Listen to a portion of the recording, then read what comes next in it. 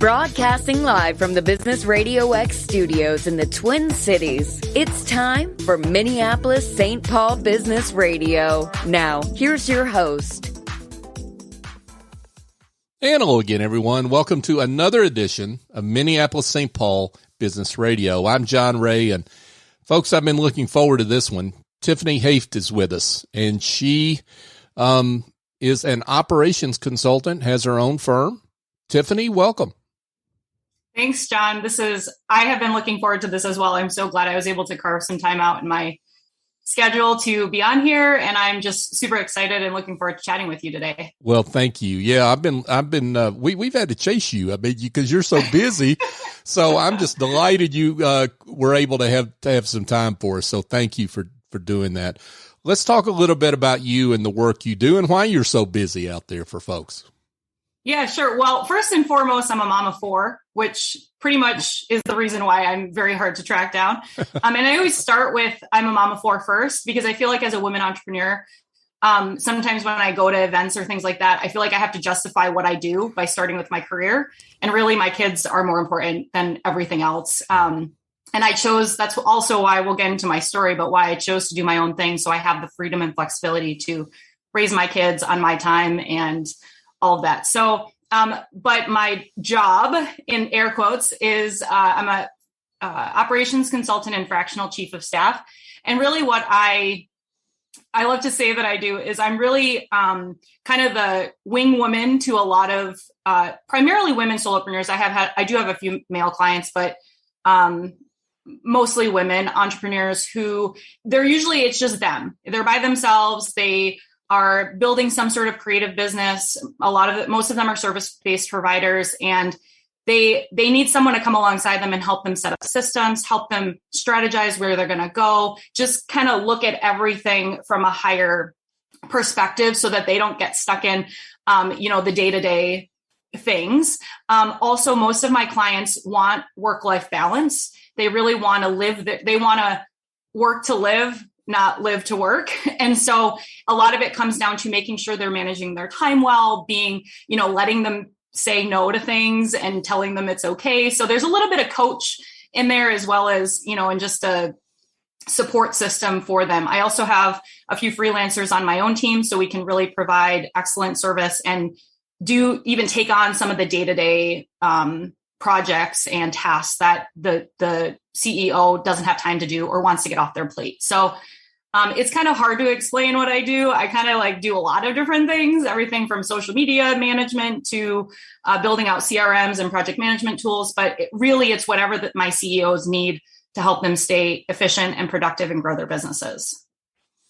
Okay, so we're going to get into the details of how you do what you do in a second, but I can't leave the mom of four yet. So, so let's, beyond hiring you, which is one answer, give some advice to women entrepreneurs who are in your shoes, with kids at home, and their business gets discounted because of that, right? As a mompreneur, talk to them about the kind of mindset that they ought to have to make their business successful, and some of the things you've learned in your journey. Yeah, I think the biggest thing is to really hone in on what you want to do. Like, the quicker you can get to what do you want to do, who do you want to serve, and hone in on that, and be okay saying no to things that maybe sound good in the moment, but maybe they don't align with the long-term vision of where you want to go down the road. I've learned the hard way. I have to say no to things at this point in my life. I can't make the cookies for the kids' school bazaar. I can't, even read books during the day at their school because my daytime is work. Now, I will send money, or I will buy books for the class, or there's other ways that are less time consuming, or I can have my VA do them, honestly. So there's other ways that I can be a part of what's going on during the day in my kids' school life. But I also still have a 5-year-old at home. So I really have to be careful what I guard my time for on the days he's at preschool, and do like say no to, push some people off maybe a week if I have to. Obviously, like this show, I was like, I can't right now. It's back to school season. I need a month to kind of get into our routine first before I'm going to have the bandwidth to do it. So I think if you can hone in on really what you want to do and be clear and just everything else. And I think the biggest thing too, I learned someone at church said this a few years back, and they're like, we have to stop shoulding on ourselves as moms. Like, I should be doing this and I should do this birthday. Like, I should make this big birthday cake for my kid. No, just go buy a cake. Right. So like, there's things that now if making a cake is really something that fills your bucket, we'll make the cake. But I think we have to stop shoulding and looking at Instagram mommies and feeling like I need to be doing all these things. We don't have to do everything, right? There's a season for things. So figure out what your primary top 3 focuses are in a season, run with that, and everything else should go to the wayside. So folks, you just got thousands of dollars of free coaching from Tiffany Hoeft. I love that, Tiffany. That was awesome. And that's true for moms, but it's true for all of us. So thank you for that. So let's get into the work you do as an operations consultant. You say it's hard to figure out. I'm going to make you talk about it here, because you're working in systems, time management, productivity, in some pretty big subjects there. Mm-hmm. Yeah. So I primarily focus in about 5 different areas in my clients' businesses. It's project management. So how are they taking, I don't know if your listeners feel this way, but if they have like 80,000 emails in their inbox, and all of these things, people are emailing them and you manage all of your tasks out of your inbox. Well, that's not productive. It's very time consuming. I think I read a study that was like the average business person spends like 6 to 8 hours a day just managing their inbox. Oh, which how are you getting any work done if you're just in your inbox? So that means you're managing your work out of your inbox. That's not productive because you can't organize things in there. You can't put due dates and make notes and, all of that. So a lot of it is building out project management tools for my clients so they can get out of their inbox, not get to zero, but get closer, and manage the projects that are going on. Because most of my clients are service-based businesses, so they have clients of their own that they're managing tasks for. So trying to get them organized. Then client management, how are they, managing their leads, keeping track of their potential sales, like their pipeline? How are they then bringing that new sale through like proposal, contract, invoice? A lot of people, especially solopreneurs, are doing all of that manually, like scheduling the call. Oh, next Thursday doesn't work. Can you do it this? Like there's so many like little manual parts to that process that if we can create systems and automations, or I've even helped clients hire virtual assistants that take all of that for them. So that's another part of it. Then there's finance tracking. I am not a bookkeeper, but I know my way around budgets and bookkeeping.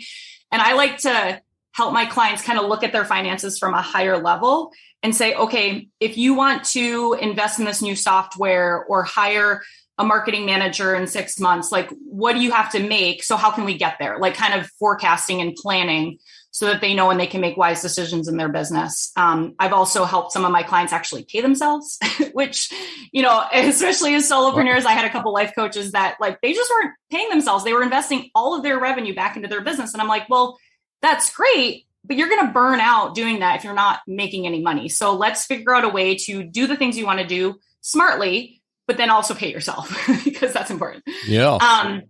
And then automations and templates. So creating SOPs, creating workflows so that things are consistent, so that the client experience is the same throughout, so that, if you do decide to expand and bring on new team members, you have some systems set up that it's easy to onboard them and it's easy for them to know everything about your business. So it's kind of just all the things that help a solopreneur or a CEO do the thing that they're really excellent at, their zone of excellence. But there's all these other things underneath that maybe don't really light them up. They hate to do. So it's like, how can we streamline, automate, simplify all of that stuff so you can stay in your zone of excellence as much as possible?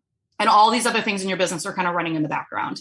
So that's a little bit more in depth of kind of what I focus on, but it changes for every client. I have some clients that are building courses. So we're building out some workflows in course platforms. I have some I help them with their social media and some of like event planning because they do a lot of webinars and things like that. I've project managed book launches, radio shows, just to kind of keep everybody on track and all their tasks are done. And I work in a lot of industries that I know nothing about. And it's kind of funny because I can still come in and keep everybody organized and on task, even if I don't know about this specific niche or industry that my clients are in. Wow. I need to take a breath after that. That is a lot. I'm from the East Coast originally, so I'm a fast talker. I love it. I love it. Well, I mean, but those are big, hairy, audacious topics there. But one of the things that strikes me, I recently read a quote from James Clear, I think it was, that wrote Atomic Habits, talking about how, I think it was I'm not sure I'm going to get this right. In fact, I know I'm going to mangle it, but that the direction of your business is not about your goals, it's about your systems, and that your business falls to the level of your systems. Mm-hmm. That's what you're talking about here, right?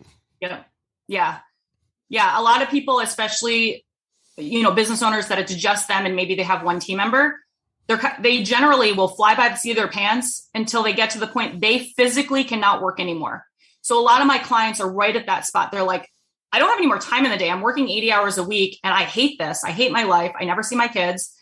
I need some balance. I need some systems.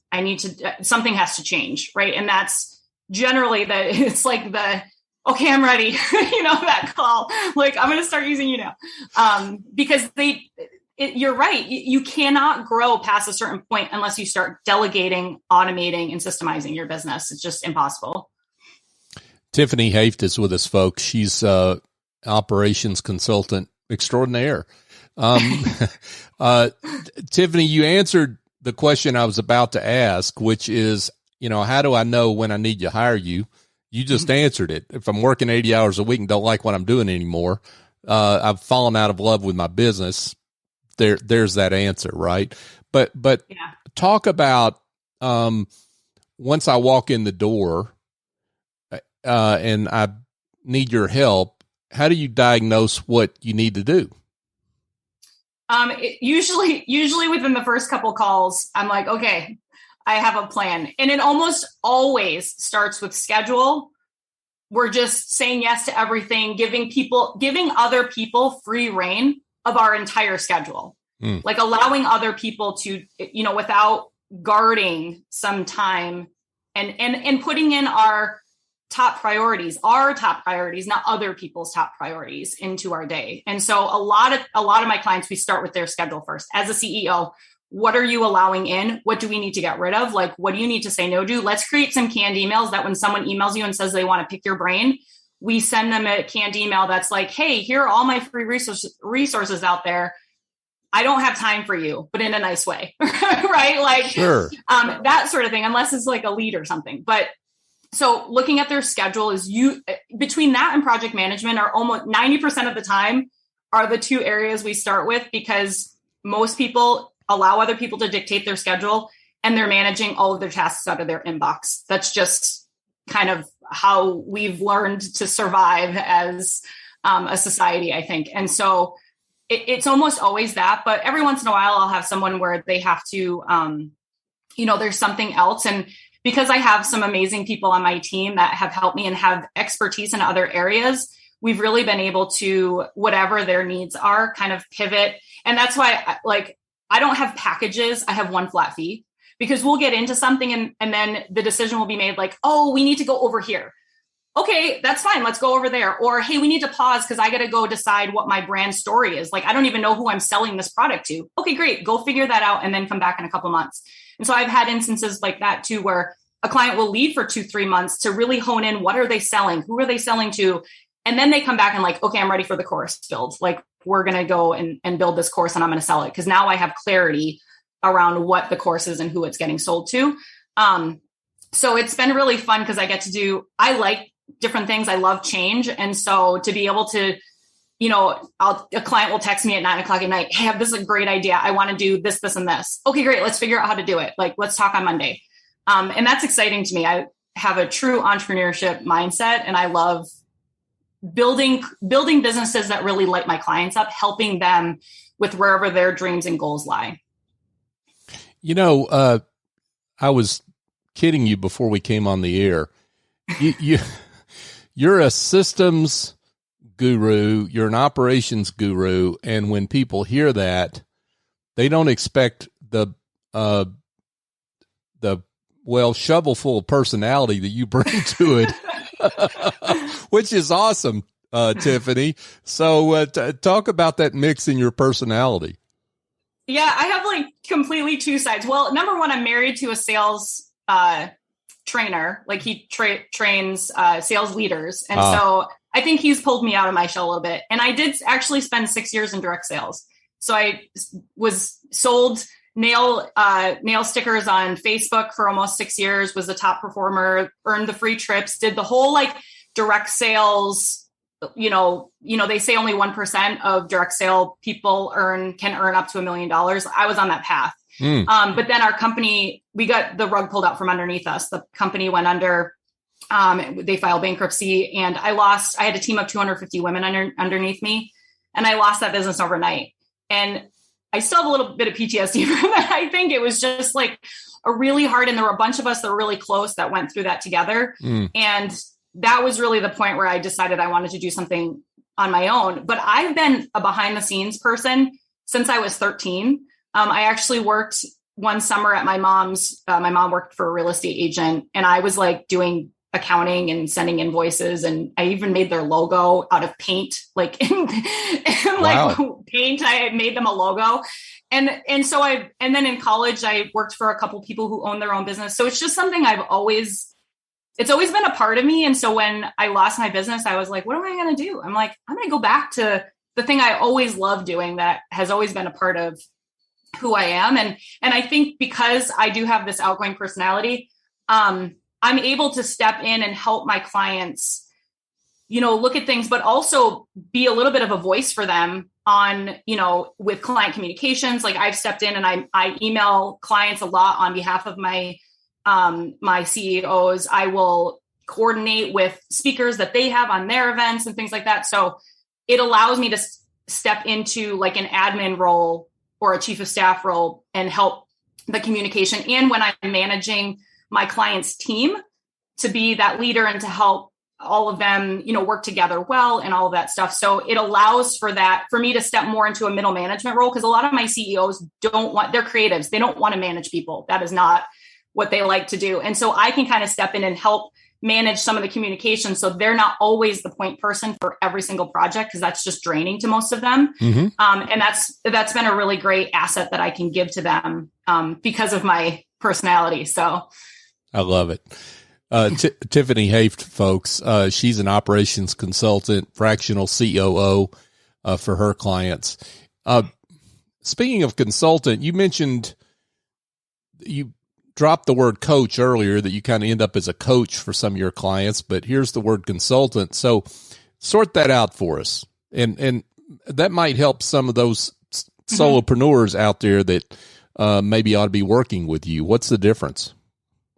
Yeah. So a coach is really someone that's going to help you figure out what you need to do. Like they're not going to tell you what to do. They're going to ask poking questions to get you to come to the solution of where you need to go. And usually it's more about, maybe it's a change in your business or like emotional or trying to balance all the things. Right.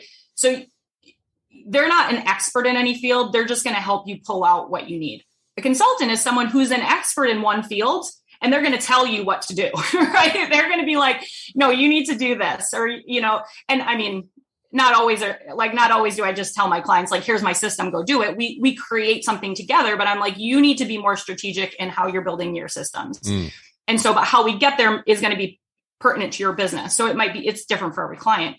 I like to say I kind of straddle both hemispheres, because I mostly am a consultant, but the number of times I have hopped on a call with a client and they're in tears over an issue with a team member or their financial situation, because they made some bad investments or just whatever, where we can talk through what's going on, just be a listening ear and someone to encourage them and to stand alongside them and be like, I got you. It's okay. We're going to figure this out. Like, let's take some time. Like, what can we do to solve it? Or what can we do to remedy it in some way? So I have been that support system, and I've gotten off calls and they're like, well, we didn't do anything on that call, but I needed that today. There's been quite a few of those. So I always say you get a little bit of a business coach on top of the things that I'm just doing in people's businesses as well. So that's awesome. Now let's talk. I wish you'd give us maybe another productivity tip or two. I mean, beyond just working out of our email box, what give us another nugget or two on how we can make ourselves a little more productive. Yeah, I think we all align with the massive to-do lists. Like we have like 4 pages of tasks that are like, and I'm a big advocate for vision mapping, which is Stephen K. Scott created like that concept of vision mapping. You can't buy his curriculum anymore, but his methodology is you start with your big vision, and you might have a vision for every area of your life. So one for your marriage, one for your parenting, one for your relationships, one for your business, one for your health. And so you have a vision statement for each area. And so for your business, you would have a vision statement of where you want to go. And it's not just like, I want to make $1 million. It's what kind of legacy do you want to leave? What do you want people to talk about you when you're 80? What do you want written on your tombstone? Like that legacy of where do you want to go and what's the impact you want to make? That's your vision. It like should give you goosebumps. It should make you kind of like be on the verge of tears. And you take that vision and you say, okay, what do I need to do this year that's going to get me closer to that vision? What do I need to do this quarter that's going to get me closer to that vision? And you hone in on those things and you say no to everything else. Like it's really about, I think we have all this fluff in our to-do lists. We got to stop. We got to get rid of everything, or we got to delegate it or get it off our plate so that we can really hone in on what is the best thing for me to work on next and focus all your energy on that, get that accomplished, and then move on. And I think that's why we get to, 40, 50, 60, and we're like, what did I accomplish? We didn't have a plan. You can't, I'm from Rhode Island. I live in Minnesota. If I want to go back home to visit my family, I cannot get there without a map. Like it's just not going to happen.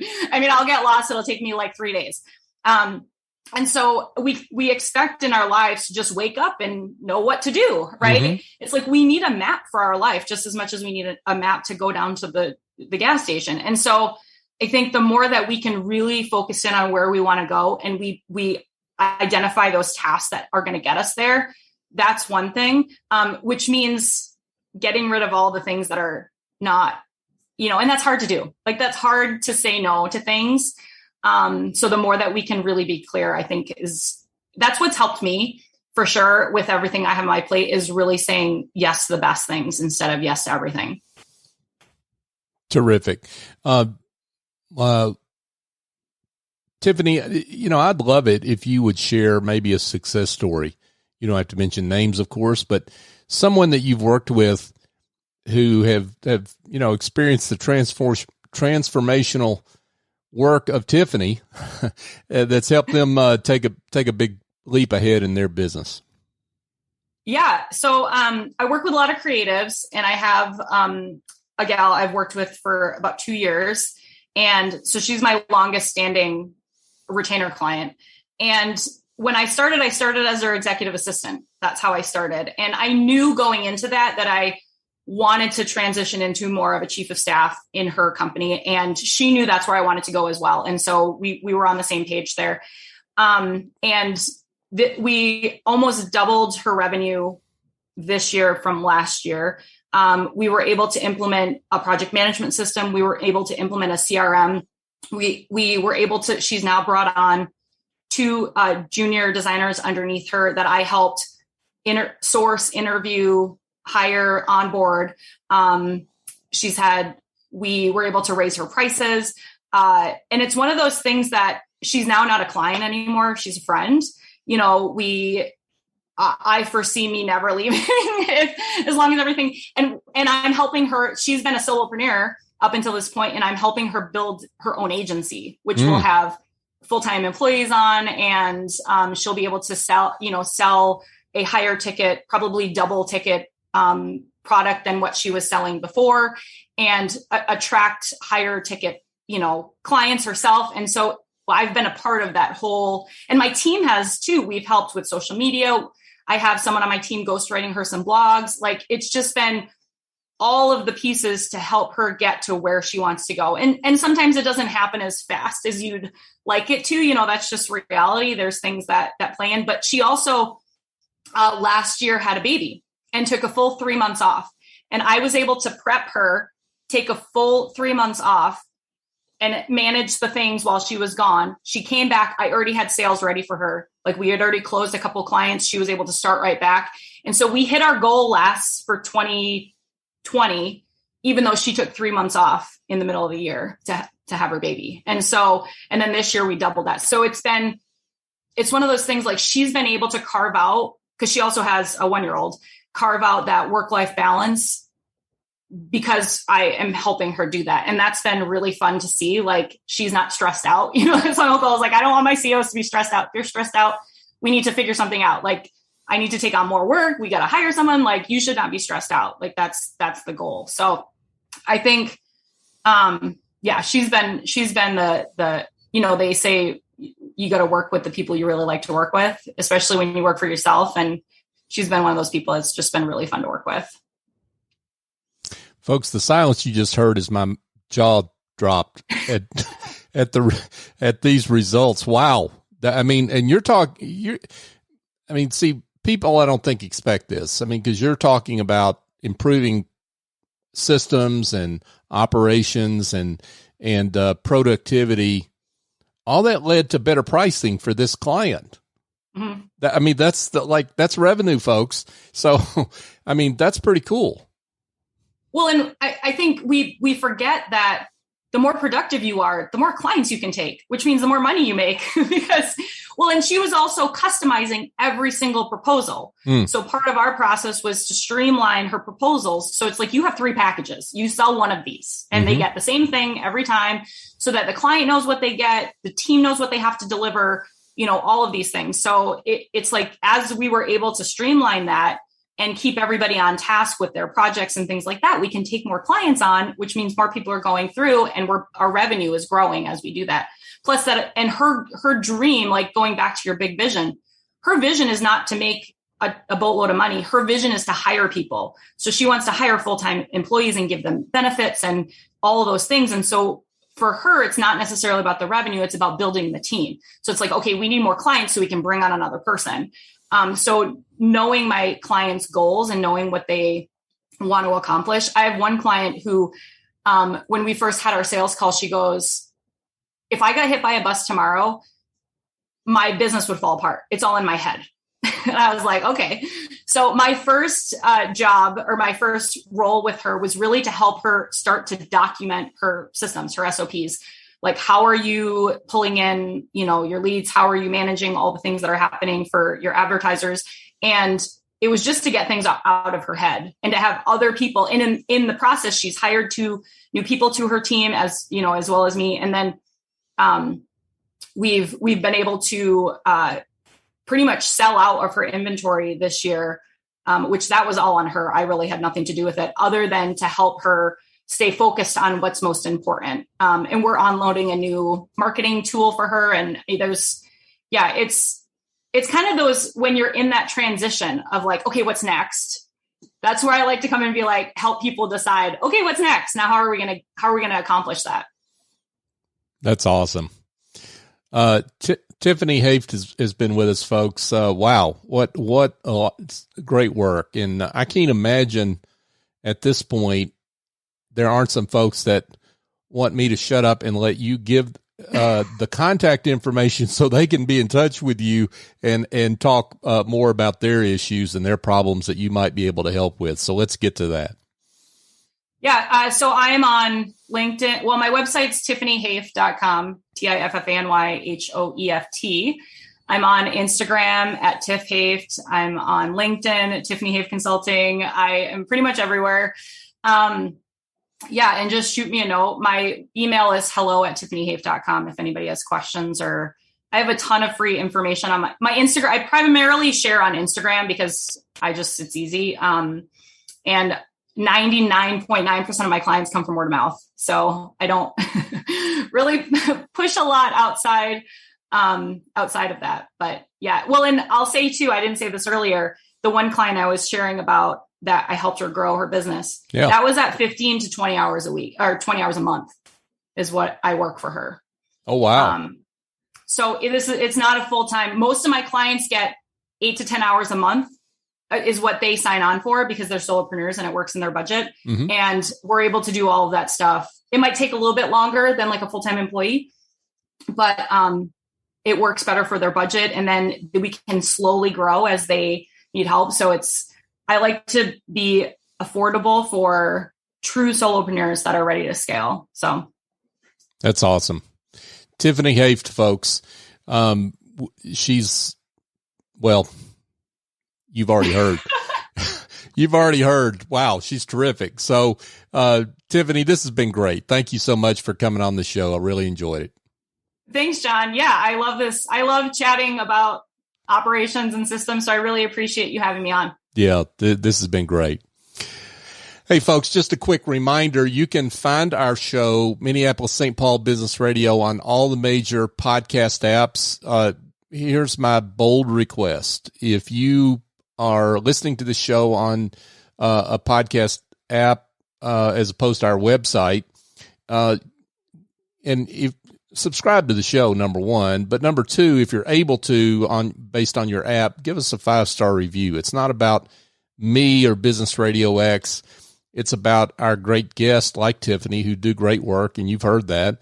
And we want them to be found so that they can build their business, and you'll be helping them by doing that for us. So if you could weigh in there, we would appreciate it. So for my guest, Tiffany Hoeft, I'm John Ray. Join us next time here on Minneapolis-St. Paul Business Radio.